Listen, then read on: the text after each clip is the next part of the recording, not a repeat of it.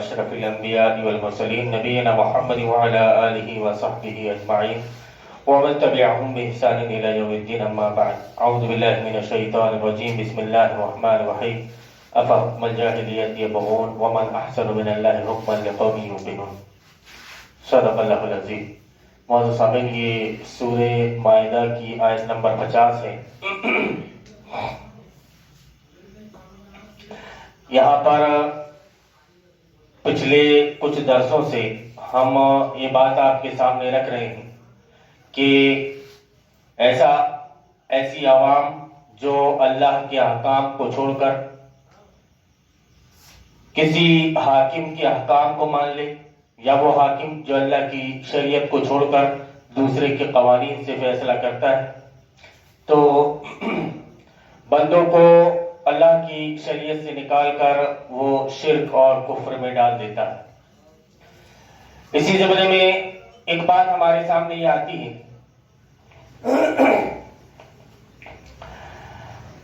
یہ سورہ مائدہ کی آیت نمبر 50 کے ضمن میں کہ یعنی وہ جاہلیت کے قانون کے مطابق فیصلہ کروانا چاہتے ہیں، حالانکہ یقین کرنے والوں کے نزدیک اللہ سے بہتر فیصلہ کرنے والا کوئی نہیں۔ حافظ ابن کثیر رحمۃ اللہ علیہ فرماتے ہیں کہ اللہ تعالیٰ اس انسان کی مذمت بیان کر رہا ہے جو اس کے محکم اور مضبوط قانون سے نکلنے کی کوشش کرتا ہے اور اس کو چھوڑ کر دوسری آراء، نظریات اور اصطلاحات کی طرف رجوع کرتا ہے، دوسرے کے نظریات کی طرف، دوسرے کے آراء کی طرف، دوسرے کے افکار اور خیالات کی طرف اللہ کے حکام کو چھوڑ دیتا ہے۔ اس زمانے میں وہ بات بھی آپ کو سامنے رکھنی چاہیے جو ہم اس سے پہلے ذکر کر چکے ہیں کہ حافظ ابن کثیر رحمۃ اللہ علیہ نے ذکر کیا کہ چنگیز خان کی ایک قانون کی کتاب تھی، اس کتاب کو چنگیز خان کے جو ماننے والے تھے تاتاری اس پر عمل کو ضروری سمجھتے تھے، اس کو چھوڑ کر کسی دوسری چیز سے وہ فیصلہ اپنے درمیان میں نہیں کہا کرتے تھے، نہیں کیا کرتے تھے۔ اسی وجہ سے انہوں نے کہا، ایسا کہا کہ جو کوئی بھی اگر ایسا کرے جیسا چنگیز خان کے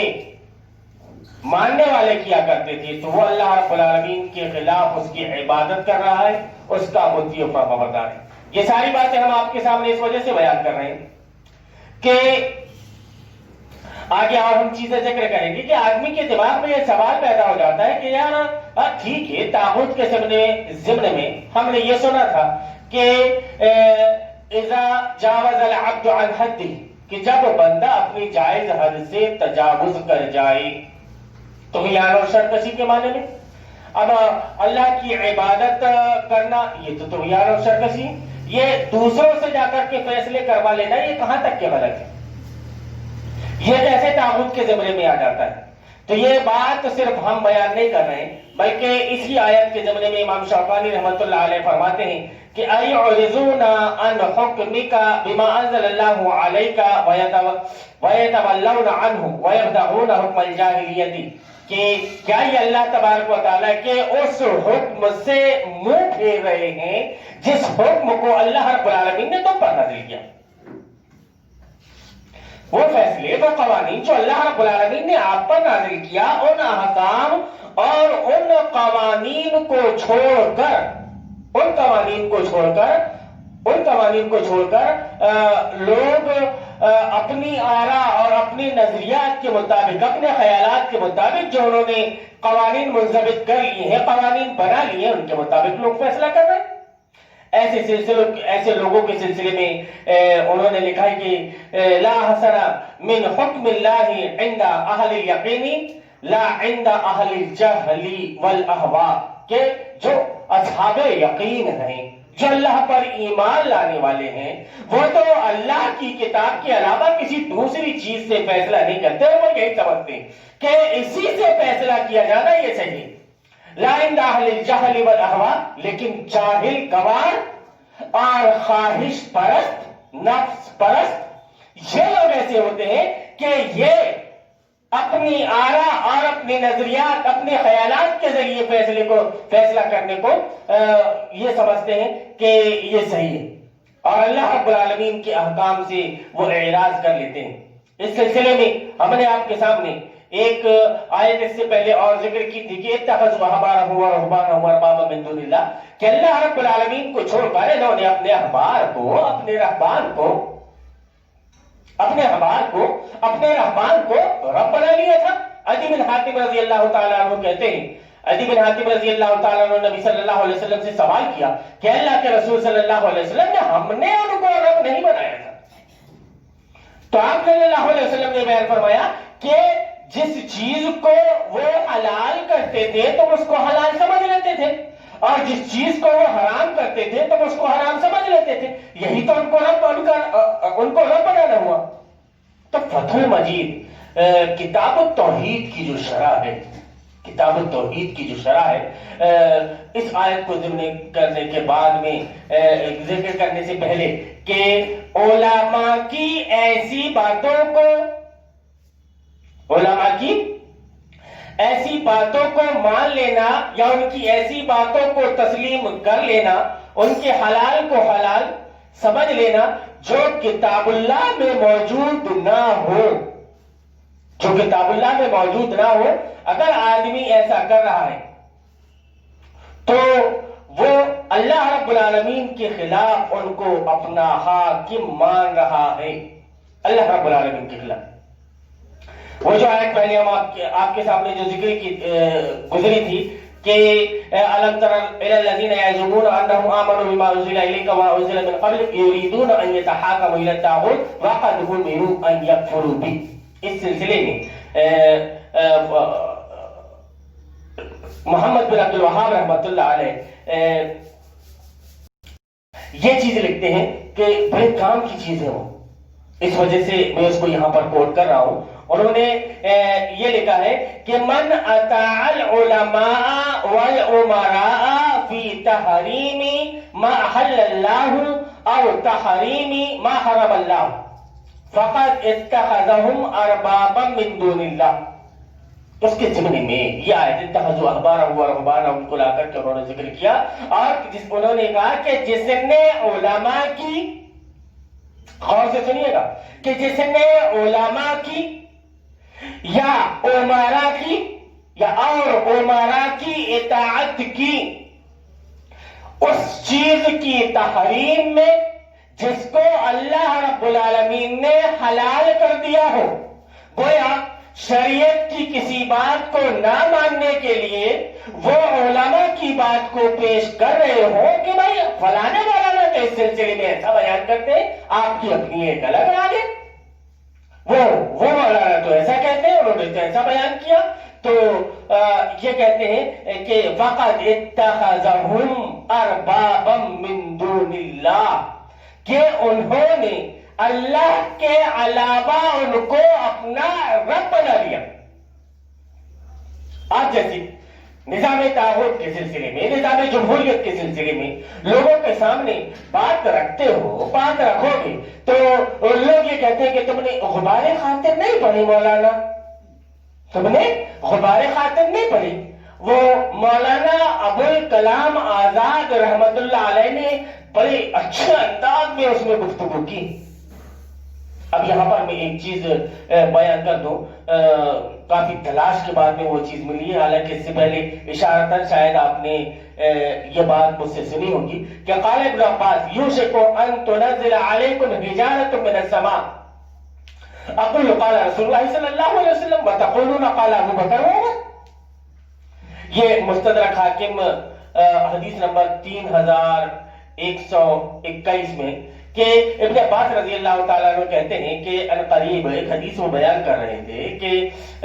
عنقریب ایسا ہو کہ اللہ رب العالمین آسمان سے پتھر نازل کرے، اور اس کے بعد میں کچھ ایسی چیز آ گئی بیچ میں کہ انہوں نے کہا کہ اقول قال رسول اللہ صلی اللہ علیہ وسلم وتقولون قال ابو بکر وقال عمر۔ میاں میں تم کو بول رہا ہوں کہ رسول اللہ نے یہ فرمایا اور تم بتا رہے ہو کہ ابو بکر نے ایسا کہا، یا ابو بکر کا ایسا بولے یا عمر کا یہ بولے، کیا بات لگا رکھی ہے تم نے؟ میں تم سے بول رہا ہوں کہ رسول اللہ نے یہ بیان فرمایا، تم میرے سامنے ابو بکر عمر کا حوالہ دے رہے۔ اسی طرح میں یہ بات کر رہا ہوں کہ کتاب اللہ سنت رسول اللہ کی روشنی میں مبارہن میں آپ کے سامنے یہ بات پیش کر رہا ہوں کہ جس نے بھی جس نے بھی اس نظام طاغوت کو ووٹ دیا وہ مشرک ہو گیا، شرک کیا اس نے۔ میں تم کو کتاب اللہ سے بات بتا رہا ہوں، وَتَقُولُونَ قَالَ أَبُو الْكَلَامِ آزاد وَقَالَ مَوْدُودِي وَقَالَ مَوْدِي۔ میں تم سے کہہ رہا ہوں کہ اللہ کے احکام ایسے ہیں، نبی صلی اللہ علیہ وسلم کے احکام ایسی ہیں، قرآن کی آیات ایسی ہیں، احادیث پاک میں یہ مذکور ہے۔ اسی سلسلے میں اسی زمانے میں ہم آپ کے سامنے بات کر رہے ہیں، اور میاں تم کہتے ہو کہ تم نے غبار خاطر نہیں پڑھی کیا؟ اور تم کہتے ہو کہ میاں مولانا ابو الکلام آزاد کوئی غلط ہے کیا؟ تو پھر ہم یہ کہتے ہیں کہ ہم نے ابو الکلام آزاد پر ایمان نہیں لایا،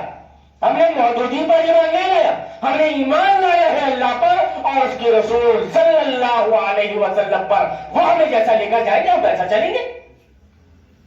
وہ جہاں جانے سے ہمیں روک دیں گے ہم رک جائیں گے۔ لیکن یہ جو قیل و قال تم کر رہے ہو، تمہیں مولانا جو طاغوت کی تشریح آپ کر رہے ہو نا، وہ پرانے قدیم علماء کے پاس سے لے کر آیا ہوا، یہ جدید علماء کے پاس سے کہاں لے کر آ رہے ہو؟ ہم قدیم علماء کے حوالے سے بات کر رہے ہیں، اور جدید میں تم جس کا حوالہ بناتے ہو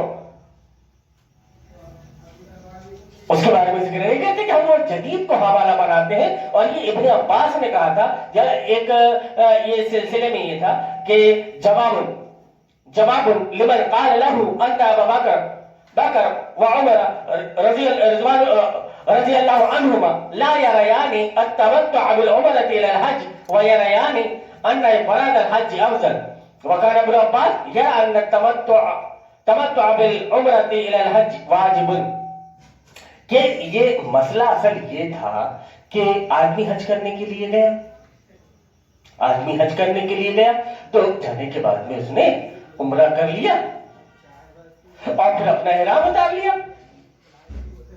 اس نے عمرہ کر لیا اور احرام اتار لیا، پھر ایام حج میں شامل ہوا تو پھر اپنے فلیٹ سے اپنے کہہ لیجیے کہ اپنے کمرے سے پھر احرام باندھ کر نکلا اور وہ گیا، اس نے پھر وہ حج میں شامل ہو گیا۔ تو حضرت ابو بکر اور عمر رضی اللہ تعالیٰ میں یہ سمجھتے تھے کہ ایسا نہیں ہے، آدمی اگر حج کے لیے احرام باندھ کر نکلا ہے تو وہ جب تک حج نہ کرے احرام نہ کھولے، پہلے اس کا حج ان افراد حج افراد مطلب صرف آپ کو حج کرنا ہی یہ افضل ہے۔ وکان ابن عباس یرا ان التمتع بالعمرۃ الى الحج واجب، اور یہ ابن عباس رضی اللہ تعالیٰ عنہ کا یہ معاملہ تھا کہ وہ یہ کہہ رہے تھے کہ یہ حج تمتع مطلب جاؤ آپ نے عمرہ کیا پھر احرام اتار لیا، تمتع کا مطلب فائدہ اٹھانا، آپ نے طواف کیا صفا مروہ کی سعی کی، حلق کروا لیا آپ نے 2 رکعت مقام ابراہیم کے بعد میں نماز پڑھ کر، اور پھر آپ نے جا کر صفا مروہ کی سعی کی اور پھر وہاں سے واپس آیا، آپ نے حلق کروا لیا یا قصر کروا لیا، اب آپ اپنے عمرے سے فارغ ہو گئے، آپ اپنا احرام اتار سکتے ہو۔ تو یہ ان کی بات تھی، لیکن انہوں نے کیا کہ وہ لوگ ان کو حضرت ابن عباس کو یہ بات بیان کرنے لگے کہ وہ حضرت عمر رضی اللہ تعالیٰ عنہ کا معاملہ ایسا تھا اور حضرت ابو بکر رضی اللہ تعالیٰ عنہ کا معاملہ ایسا تھا، تو ابن عباس چڑھ گئے ان پر کہ میں تم کو کہہ رہا ہوں کہ رسول اکرم صلی اللہ علیہ وسلم نے ایسا بیان فرمایا، تم ان کا حوالہ دے رہا۔ گویا اگر بات آ جائے رسول اکرم صلی اللہ علیہ وسلم کی تو ہم اپنی رائے نہیں رکھ سکتے۔ یہاں پر یہ بات آپ کو پھر سے سنیں جو محمد بن عبد الوہاب رحمۃ اللہ علیہ ذکر کر رہے ہیں کہ من اطاع العلماء والامراء، کہ جس نے امراء کی، سیٹھ پٹیلوں کی اور علماء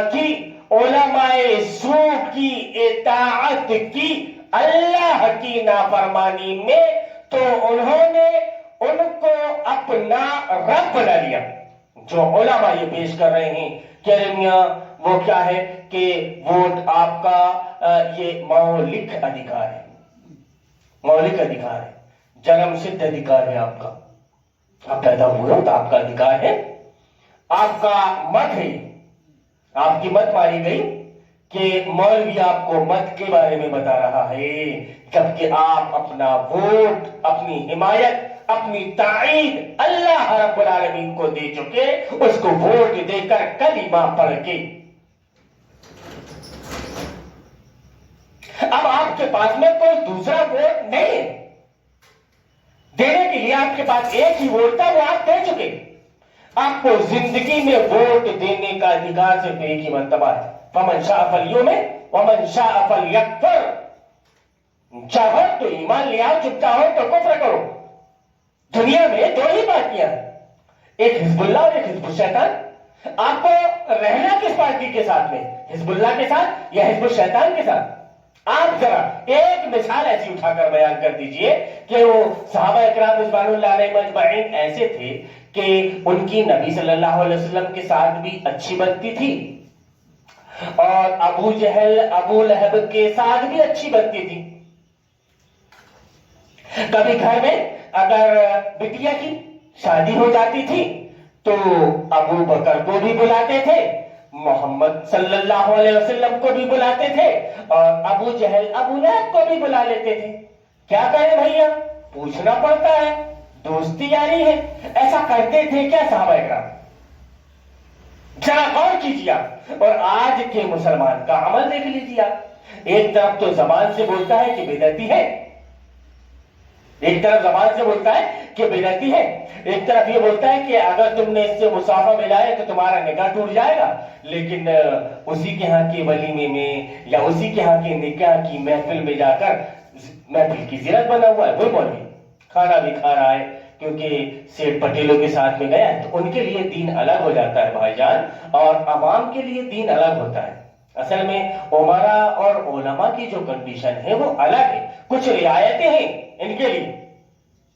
تو بھیا وہ لال کتاب کہاں ہے جس میں آپ یہ بیان کر رہے ہو کہ ان کے لیے رعایتیں؟ وہ بتاؤ بھائی، کچھ حدیث ودیث بتاؤ۔ قل ہاتوا برہانکم ان کنتم صادقین، دلیل لاؤ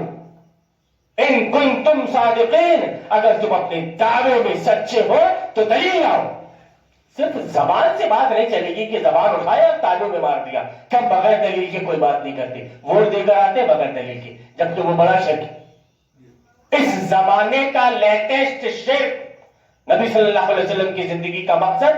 نبی صلی اللہ علیہ وسلم کی زندگی کا مقصد جمہوریت کا انہدام اور خلافت کا قیام، یہ تھا۔ لیکن ہم اور آپ نبی صلی اللہ علیہ وسلم کی زندگی کے مشن سے ناواقف، ہمارے فیصلے وہی نظام باطل کے بات کو ہو رہے جیسے دوسرے کے ہو رہے ہیں۔ تو فرق کیا رہ گیا ایک مسلمان میں اور ایک غیر مسلم میں، ایک اچھے میں اور برے میں، صحیح اور غلط کے درمیان میں کیا تمیز رہ گئی؟ آگے فتح المجید میں ہی آگے یہ لکھتے ہیں کہ فَقُلْ مَنْ حَاكَمَ إِلَى غَيْرِ كِتَابِ اللَّهِ وَسُنَّةِ رَسُولِهِ صلی اللہ علیہ وسلم فَقَدْ حَاكَمَ إِلَى الطَّاغُوتِ الَّذِي أَمَرَ اللَّهُ تَعَالَى عِبَادَهُ الْمُؤْمِنِينَ أَن يَكْفُرُوا بِهِ۔ یہ لیجئے صاحب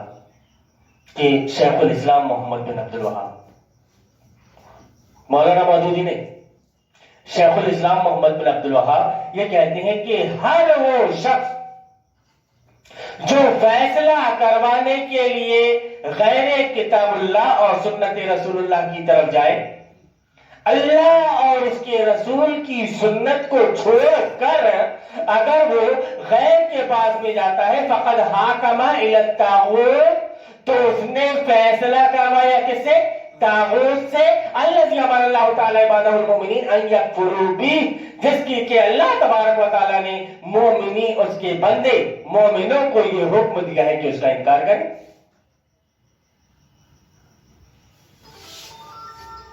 صاف صاف الفاظ میں کہ آپ کے فیصلے طاغوت کے پاس میں ہو رہے ہیں، اور آپ یہ بولے کہ مولانا صاحب یہ جو آپ باتیں کر رہے ہو یہ باتیں بند کرو، آپ ہمارا سر دکھنے لگا ہے۔ بھائی اللہ کرے کہ آپ ٹینشن لو، اللہ کرے کہ آپ کے دل میں بات لگے اور غلط بات سے نکل کر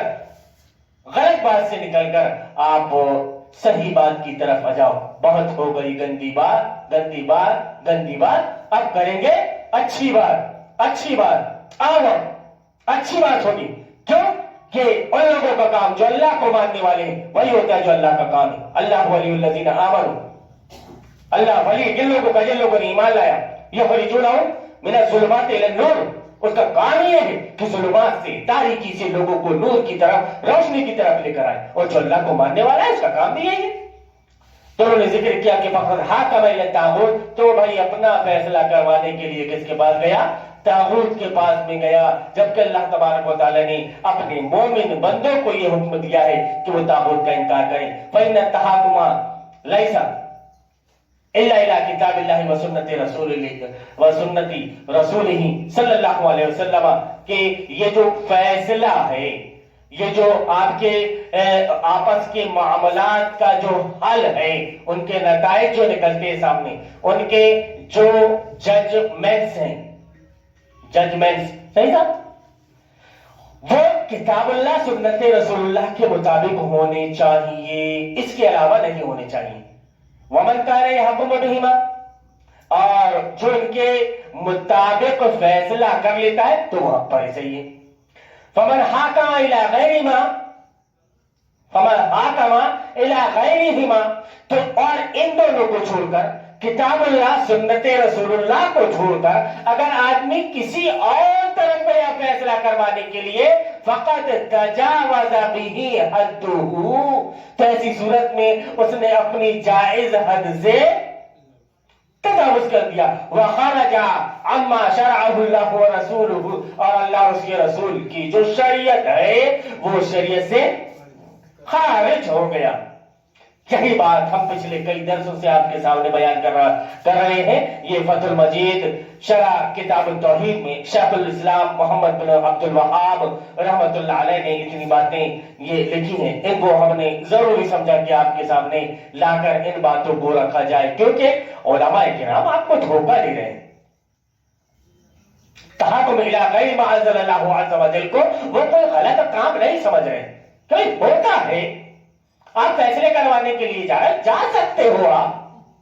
جا سکتے ہو، آپ کیسے آپ فیصلہ کروا سکتے ہو؟ جبکہ اس کے پہلے کے درسوں کو اگر آپ نے غور سے سنا ہوگا تو ہم نے یہ ذکر کیا کہ حافظ ابن کثیر رحمۃ اللہ علیہ ذکر کرتے ہیں کہ زندگی کا چھوٹا سے چھوٹا بھی اگر معاملہ ہے، چھوٹا سے چھوٹا بھی اگر معاملہ ہے، تو آپ اس کا فیصلہ اللہ رب العالمین کی شریعت کے علاوہ کسی اور دوسرے معاملے سے نہیں کر سکتے، کیونکہ آپ مومن ہو۔ پھر مطلب کیا ہوگا کہ فَإِن تَنَازَعْتُمْ فِي شَيْءٍ، کسی بھی چیز میں، فی شیء، کسی بھی چیز میں، شیء یہاں پہ نکرہ ہے جو عام چیز کے لیے آتا ہے، کوئی بھی چیز، اینی تھنگ، کوئی بھی چیز، کہ کسی بھی معاملے میں، فَإِن تَنَازَعْتُمْ فِي شَيْءٍ، کسی بھی معاملے میں اگر تمہارے درمیان اختلاف ہو جائے، فَرُدُّوهُ إِلَى اللَّهِ وَالرَّسُولِ، تو اللہ اور اس کے رسول کی طرف اس کو لوٹا دو۔ نہیں، وہ مولانا مسئلہ اس کا وہ نہیں ہے کہ اگر تمہارا جھگڑا ہو جائے کہ زواد ہے کہ دعاد ہے، سمجھ رہے نا؟ زواد ہے کہ دعاد ہے، وہ نیچے نیت باندھنا ہے کہ اوپر نیت باندھنا ہے، اگر اس بارے میں تمہارے درمیان جھگڑا ہو جائے، فَرُدُّوهُ إِلَى اللَّهِ وَالرَّسُولِ، تو تم اللہ اور اس کے رسول کی طرف لوٹا دو۔ تو کیا جھگڑا اسی چیزوں میں ہوتا ہے؟ نبی صلی اللہ علیہ وسلم کی بعثت سے قبل جو جھگڑے ہوا کرتے تھے وہ کیوں؟ اسی لیے ہوا کرتے تھے، یہ تو جھگڑے بعد میں شیطان نے پیدا کیے کہ تم کو راہ راست سے ہٹائے، راہ راست سے بہکائے، دور کرے، اور اس نے تم کو پری پلان تم کو راہ راست سے دور کر دیا اور تم پوری طرح سے اس کے شکنجے میں آ گئے، اس کے کہے مطابق اب تم اپنی زندگی کو گزار رہے ہو، جبکہ تمہاری زندگی کتاب اللہ سنت رسول اللہ کے مطابق گزرنی چاہیے، اور تمہاری زندگی ویسی نہیں گزر رہی ہے۔ تو یہ جو علماء کرام یہ جو لا کر کے خاص کر دیتے ہیں کہ یہ جو فَإِن تَنَازَعْتُمْ فِي شَيْءٍ فَرُدُّوهُ إِلَى اللَّهِ وَالرَّسُولِ کا معاملہ ہے، ہاں تو کبھی چاند کے بارے میں اگر اختلاف ہو جائے، یا پھر کبھی اوپر ہاتھ یا نیچے ہاتھ باندھنے کے سلسلے میں اختلاف ہو جائے، آمین زور سے بولنے اور دھیرے بولنے کے بارے میں اختلاف ہو جائے، تو اللہ اور اس کے رسول کے پاس فیصلہ کروانے کے لیے آ جاؤ۔ ظالم پڑھنا ہے، ضالین پڑھنا ہے، تو اللہ اور اس کے رسول کے پاس فیصلہ کروانے کے لیے آ جاؤ۔ لیکن آپس میں تمہارے کوئی جھگڑے ہو جاتے ہیں پراپرٹی کو لے کر، یا کوئی اور مسئلے کو لے کر، یا کوئی چور چوری کر لیتا ہے، تو تم فیصلہ کروانے کے لیے طاغوت کے پاس جاؤ۔ اللہ رب العالمین قرآن میں اگرچہ کچھ بھی فرماتا رہے، وہ اس سے مراد وہ نہیں ہے، اس سے مراد یہ چھوٹی چھوٹی چیزیں. دیکھ رہے ہو آپ کہ ہم دونوں پہلو آپ کے سامنے رکھ رہے ہیں جو آپ کے سامنے سے ہمیشہ چھپا لیے گئے. اب اٹھا کر دیکھیے آپ کہ کوئی بھی عالم آئے وہ یہ بولے کہ مولانا صاحب آپ اس آیت کی جو تفسیر پیش کر رہے ہیں فَإِن تَنَازَعْتُمْ فِي شَيْءٍ فَرُدُّوهُ إِلَى اللَّهِ وَالرَّسُولِ، یہ غلط ہے. آپ یہ جو آیت کی تفسیر پیش کر رہے ہیں اتخذوا احبارهم ورهبانهم اربابا من دون اللہ، کہ علماء کو اور امراء کو لا لیا اس میں، آپ نے علماء کو لے آیا، جبکہ علماء یہ دین کے میزائل ہوتے ہیں، انہیں کو پکڑ کر کے لوگ داغتے ہیں. یہ دین کے معمار ہوتے ہیں، دین کی عمارت کو بنانے والے معمار ہوتے ہیں، اور آپ انہیں کے سلسلے میں کہہ رہے ہو کہ ان کو تم نے رب بنا لیا. عمرا کو آپ غلط کہہ رہے ہو، جبکہ ہمارے بیچارے علماء عمرا کے ہی ہاتھ کے نیچے رہتے ہیں، اور جیسے عمرا چاہتے ہیں ویسے ہمارے علماء ہونا چاہتے ہیں، اور پھر آپ انہیں کو غلط بول رہے ہیں. عمرا کا یہ حال ہے کہ جب کسی محفل میں بیٹھ جائے کوئی عالم، وہ امیر مطلب سیٹھ پٹیل کی خواہش کے مطابق اگر کوئی معلم نہ ہو، پتہ چلا کہ 8-10 عالم بیٹھے ہوئے، وہ چٹکی بجا کر ایسا کرتا ہے کہ چلو پڑھو، اب اپنے بیٹھنے کا یہاں پہ کام نہیں. وہ بیچارے گولو کے بیل جیسے اس کی طرف سے حکم ملا کہ ہمارے سیٹ نے صاحب اٹھنے کو کہا ہے، وہ فوراً اٹھ گئے اور الگ ہو گئے. تو آپ ایسے لوگوں کو بولا کہہ رہے ہیں؟ بیچارے کتنے اللہ میاں کی گائیں ہیں بیچارے، ان کو بولا کہ اٹھو تو اٹھ جاتے ہیں، بیٹھو تو بیٹھ جاتے ہیں. جبکہ علماء وہ ہوتے ہیں کہ انما یخشی اللہ من عبادہ العلماء، اللہ سے ڈرنے والے صرف علماء ہی ہوتے ہیں. علماء حق جن کے دلوں میں صرف اور صرف اللہ رب العالمین کا خوف ہوتا ہے، اس کے علاوہ کسی دوسرے کا خوف نہیں. لیکن ایک چیز کو یہ بھول جاتے ہیں کہ جب اللہ رب العالمین کل قیامت کے دن سے ان سے پوچھے گا، ایک حدیث میں بیان کر کے اور اپنی بات کو ختم کروں، کیا نبی سعید الخدری رضی اللہ تعالی عنہ يقول سمعت رسول الله صلى الله عليه وسلم يقول ان الله يسأل العبد يوم القيامة حتى يقول فما منعك اذا رأيت المنكر ان تنكره فاذا لقن الله عبدا حجته قال اي ربي مسحت بك وفرقت من الناس. کہ ابو سعید خدری رضی اللہ تعالیٰ عنہ سے روایت ہے. یہ حدیث ابن ماجہ حدیث نمبر 7017، ابن حبان میں حدیث نمبر ابن ماجہ میں 4017 اور ابن حبان میں حدیث نمبر 7368. اور علامہ ناصر الدین البانی کی تحقیق سلسلۃ الاحادیث الصحیحہ میں جلد نمبر 2 حدیث نمبر 929 میں ہے کہ ابو سعید خدری رضی اللہ تعالیٰ عنہ بیان کرتے ہیں کہ رسول اکرم صلی اللہ علیہ وسلم نے فرمایا کہ بے شک اللہ تعالیٰ بندے سے قیامت کے دن سوال کرے گا، حتیٰ کہ یہ پوچھے گا کہ جب تو نے برائی دیکھی تھی تو اس کا انکار کیوں نہیں کیا؟ جب تو نے برائی دیکھی تھی تو تو نے اس کا انکار کیوں نہیں کیا تھا؟ جب اللہ تعالیٰ بندے کو اپنی حجت ذہن نشین کرائے گا تو وہ کہے گا کہ اے میرے رب، میں نے تجھ پر اعتماد کیا تھا، لیکن ہوا یہ تھا کہ میں لوگوں سے ڈر گیا تھا. تو تمہارا لوگوں سے یہاں پر ڈر جانا کام نہیں آئے گا. اسی لیے ہم نے بیان کیا کہ اللہ سے ڈرنے والے صرف علماء حق ہی ہوتے ہیں. اور علماء حق کا یہ ہوتا ہے کہ وہ حاکم وقت کو خاطر میں نہیں لاتے. ہوگا تو چلا دے گدھے پر، میرا منہ کالا کر دے. میں یہ کہوں گا کہ جو مجھے جانتا ہے، جو نہیں جانتا وہ جان لے. فَأَنَا مَالِكُ الْبِرَارَةِ، میرا خود مالک ہوں. وَإِنْ يَقُولْ أَنَّ الطَّلَاقَ الْمُكْرَهَ لَيْسَ بِشَيْءٍ، اور میں یہ کہتا ہوں کہ طلاق مکرہ کوئی چیز نہیں. تب کہ منصور یہ چاہ رہا تھا کہ آپ بول دو کہ بیٹے کے کہنے پر، اگر باپ کے کہنے پر اگر بیٹے نے اپنی بیوی کو طلاق دے دیا تو وہ طلاق صحیح ہوگی. اس سے وہ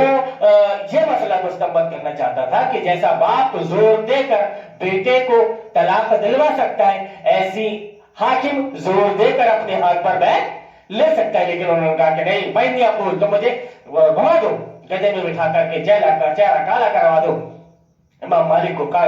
کہ چہرہ کالا کروا دو، لیکن میں یہ کہوں گا کہ طلاق مکرہ کوئی چیز نہیں ہے. یہ ہوتے تھے علماء، شان آنکھوں میں نجستی تھی جہاں داروں کی، اور کلمہ پڑھتے تھے ہم چھاؤں میں تلواروں کی. یہ شان تھی ہماری. جب یہ شان تھی تو سر بلندی ہمارے قدم چومتی تھی. لیکن اب